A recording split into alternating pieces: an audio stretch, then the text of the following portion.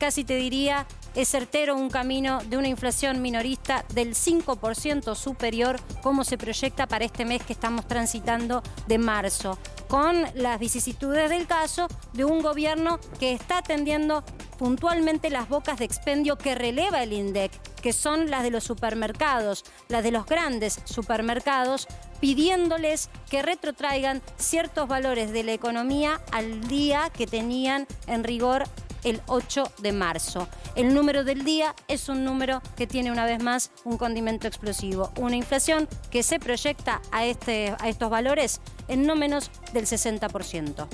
Y con este número del día, ahora sí, me voy a sumar a mi compañero Eddie. Sí. Para así comenzar con el reportaje. Con Nicolás Pino, presidente de la sociedad, tantas veces el malo de la película, la sociedad rural de la Argentina, ¿no? Pero bueno, hoy el número del día que presentaba Marcela requiere una explicación. Es una buena patada inicial para la conversación nuestra, ¿no? Y bueno, a ver, ¿qué tal? Primero, gracias por favor, la invitación. Número muy alarmante y que hace tiempo viene causando mucha alarma en toda la sociedad, no solo en la producción agropecuaria, en toda la sociedad, este nivel de número inflacionario que realmente desarma y que no deja ir para adelante. Entonces, entendemos nosotros desde nuestro punto de vista que tenemos un problema muy grave con la inflación y muy grave con el déficit público. Y esos son los dos números grandes que hay que combatir. Nosotros desde nuestro lugar tenemos para aportar. Lo único que necesitamos es reglas claras y previsibilidad para poder hacerlo. Ahora, te pregunto puntualmente, Nicolás, obviamente la sociedad rural es una conformación de muchos empresarios del sector del campo. El gobierno está midiendo no solamente las bocas de expendio, es decir, los supermercados, sino también al productor primario, para saber por qué verduras, o el sector también de granos, de la harina, ha tenido tantas remarcaciones. ¿Hay un mea culpa por parte del campo sobre estos valores de inflación o ustedes no se consideran responsables? Separemos un poquito. Los productores no somos formadores de precios, eso seguro. Nosotros producimos en nuestras tierras, en las tierras que arrendamos, producimos ahí y vendemos. ¿Dónde vendemos? En los mercados que todos conocemos. Si es ganado, mercado de Liniers, ferias, si es cereales, con nuestros acopiadores, exportadores, pero no somos fijadores de precios. Ahora, ¿no llama la atención, por ejemplo, que la incidencia del precio del trigo pegue en el pan en un 8%, 10%? Uno se imagina por ahí, subió mucho el trigo por este asunto de la guerra en el último mes, entonces es por eso que el pan subió, no va de la mano. No va de la mano eso. Por eso digo, estamos como viendo el problema en otro lado. O sea que no está de acuerdo con el fideicomiso que formó el gobierno para morigerar el aumento del pan. Para nada. ¿Por qué aumentó? No es la solución. Aumentó, Eddie, porque hay una presión impositiva en este país que es infernal. Yo no estoy diciendo que haya empresarios pícaros que por ahí, por si acaso, se vayan cubriendo de...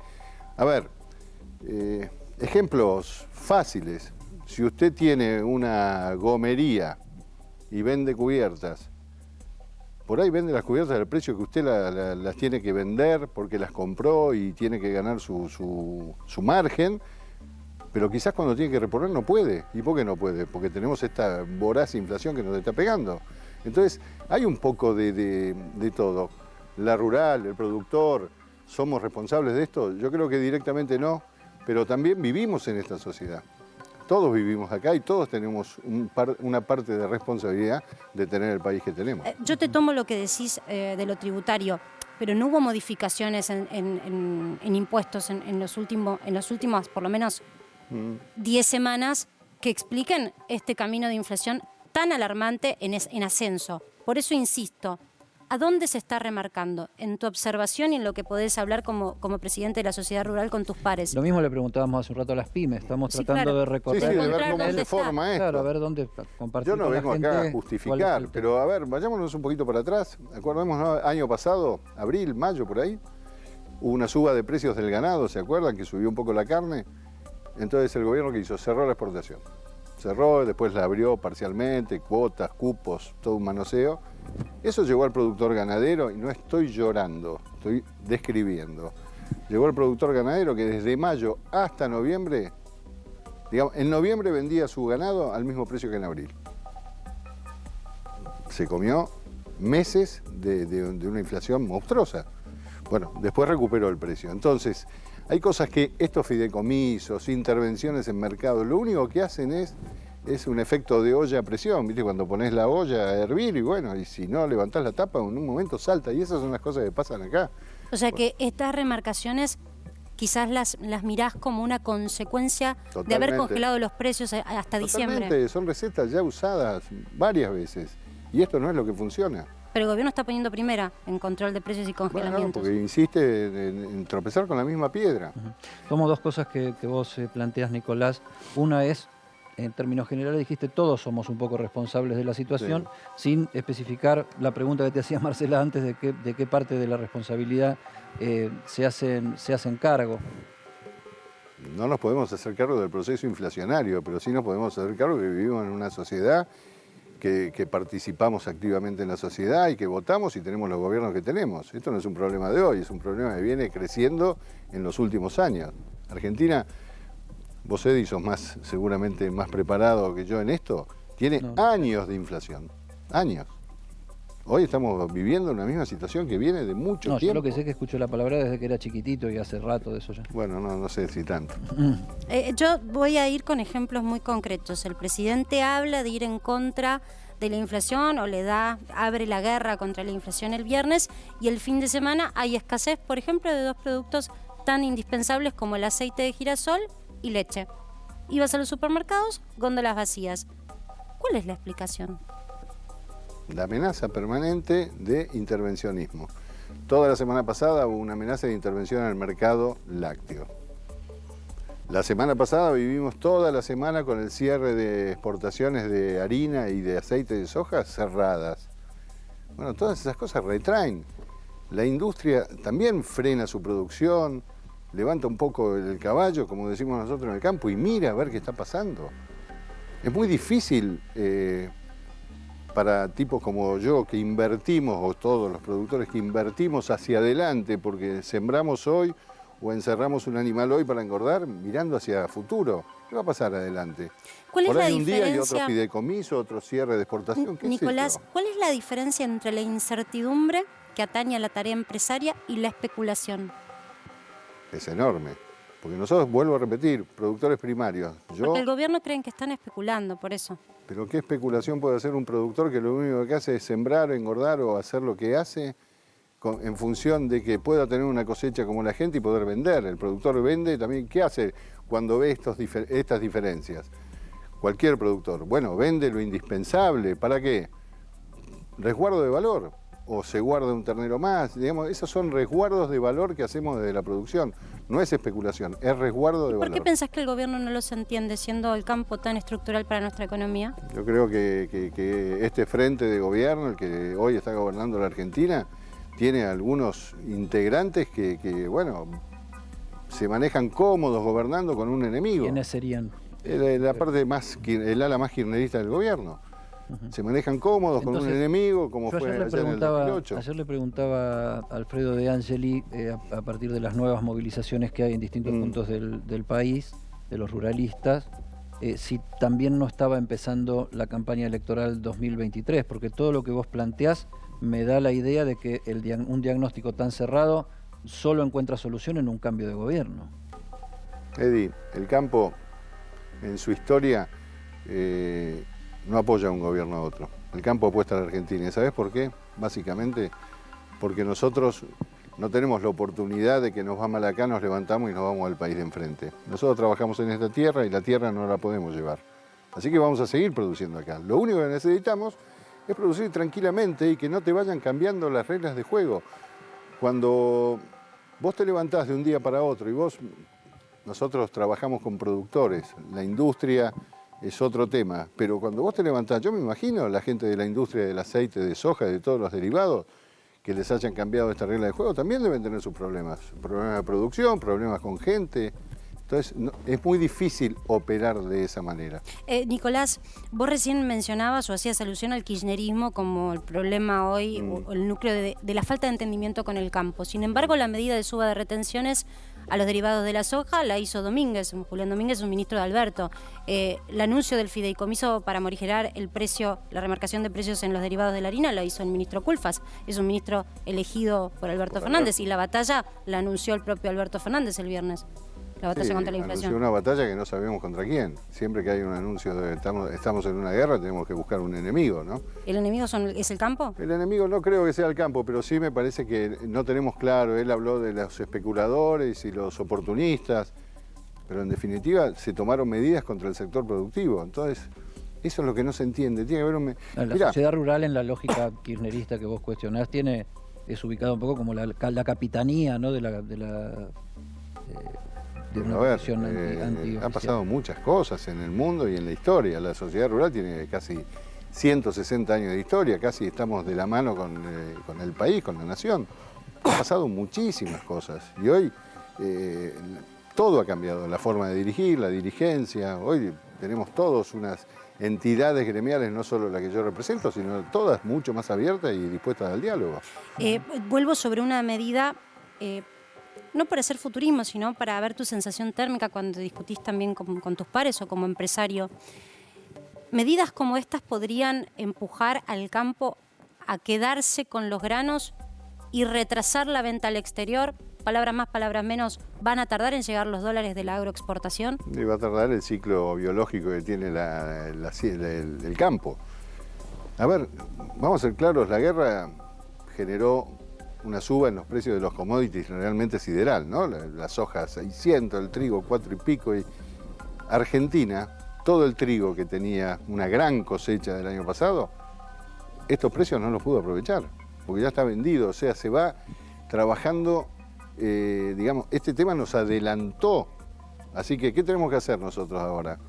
Como país que tenemos con un potencial productivo espectacular, es como le decimos al presidente, presidente, no está tan difícil, dele una señal al campo, una señal de previsibilidad, y en vez de sembrar 6 millones de hectáreas de trigo, que va a haber una demanda tremenda por esta locura de la guerra, hagamos 8 millones, pero tengamos certeza de que vamos a poder sembrar eso y vamos a poder trabajar y vamos a poder estar tranquilos. Pero yo te pregunto por lo obtenido en la última campaña, entendiendo que la temporada de liquidación arranca en marzo. La última campaña, Marcela, ya prácticamente está toda vendida, de trigo. Y soja, por ejemplo, digo, porque tenemos también las fotos o las imágenes en algún momento cuando hablaban del cuco del campo, se difundían esas imágenes de silobolsas con soja retenida, casi como queriendo emparentar a la especulación con aquel que tenía producción de soja. ¿Podemos volver a repetir ese escenario? Vuelvo a repetirte, Marcela, el productor guarda su producido, ¿para qué? Porque tenés que guardar para poder invertir en la campaña que viene. Hoy los productores que siembran trigo, no es mi caso, se van a encontrar con una situación que es mala, que es a raíz de la guerra, el precio de los fertilizantes, que tanta falta hacen para la siembra de trigo.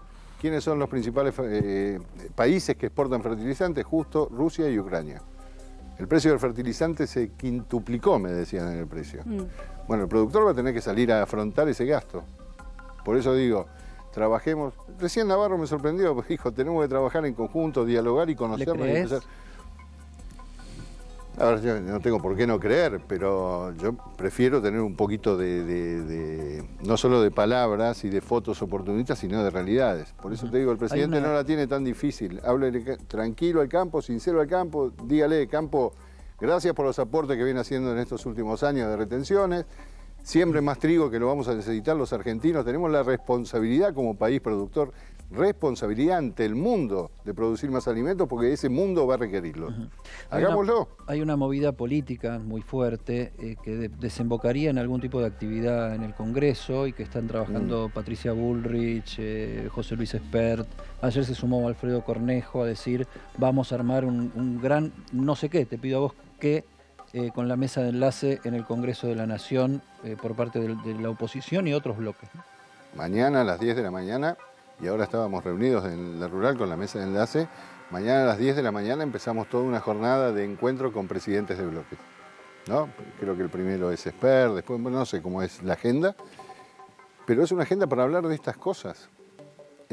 Contarles lo que nosotros pensamos y queremos hacer, que es producir más. Porque, a ver, el secreto de parar la inflación es tener más ingresos, no hay que volverse loco. ¿Y cómo tenés más ingresos? Con más producción. Ahora, mañana vamos a plantear esas cosas al Congreso. Nicolás, da la sensación de que hay algo de las expresiones públicas del gobierno que a ustedes no los conforma o básicamente no le creen. Por ejemplo, ¿Ustedes tienen miedo de que las retenciones suban de forma generalizada y abarquen no solo los derivados de soja o que no sean de forma momentánea como fueron presentadas esta suba última? dos cosas claras. Nosotros, como Sociedad Rural Argentina, hace un mes presentamos una acción de amparo porque entendemos que desde el 1 de enero, 31 de diciembre del año pasado, Argentina no puede cobrar retenciones, derechos de exportación. ¿Y por qué? Porque la ley de emergencia que cubría esa potestad del Poder Ejecutivo se había vencido en diciembre y la ley de presupuesto que incluía una posibilidad de darle al Ejecutivo que pueda manejar el tema de retenciones no se aceptó. Por lo tanto, hoy, derecho de exportación, que es un impuesto, no puede ejercerse porque no hay ley. O sea, que ahí es donde vos marcás la falta de previsibilidad y la señal que estás esperando del propio Alberto. Digo, para ser contundentes, y te quiero apoyar la explicación porque ayer surgía al aire el debate con Edi de qué pasa en el resto de los países. Miremos qué pasa en Uruguay, en Chile, en Brasil. ¿Qué hacen con el las campo? retenciones, ¿no? ¿Qué hacen con los impuestos a este sector? Darí.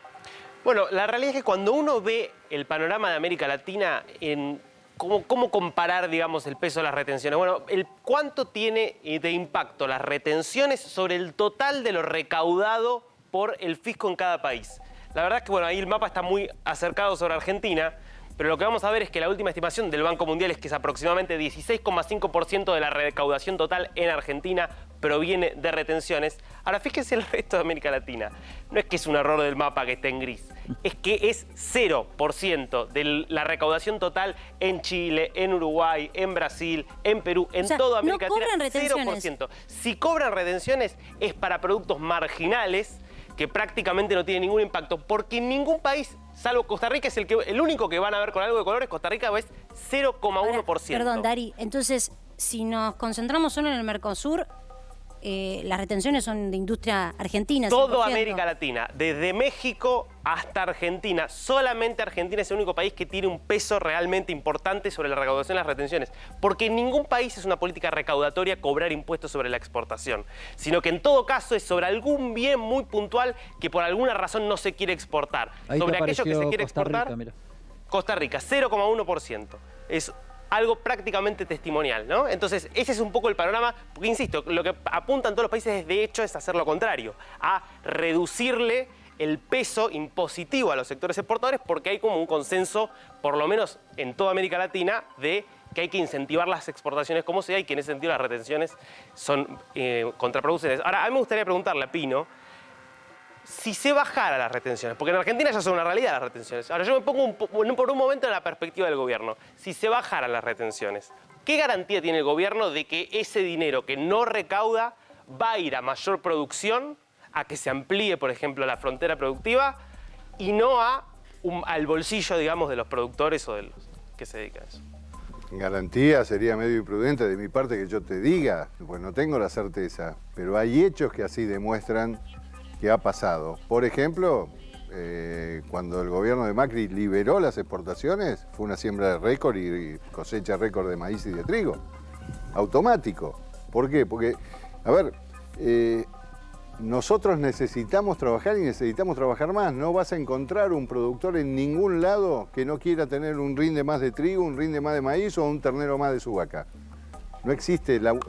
Trabajamos para eso, ustedes son apasionados en lo que hacen y nosotros somos apasionados en lo nuestro y lo hacemos bien. Lo único que necesitamos es que nos den la misma oportunidad, nada más que lo que decía el señor, con los países limítrofes que son, aparte, nuestros competidores directos. Los convocaron Uruguay, en una reunión. Paraguay, Brasil, tienen muy buenas producciones y muy buenos productores. ¿Los convocaron a una reunión por parte del gobierno? Hay ronda de consultas, ¿no? Claro. No, a ver, nosotros con el ministro Julián Domínguez estamos permanentemente hablando.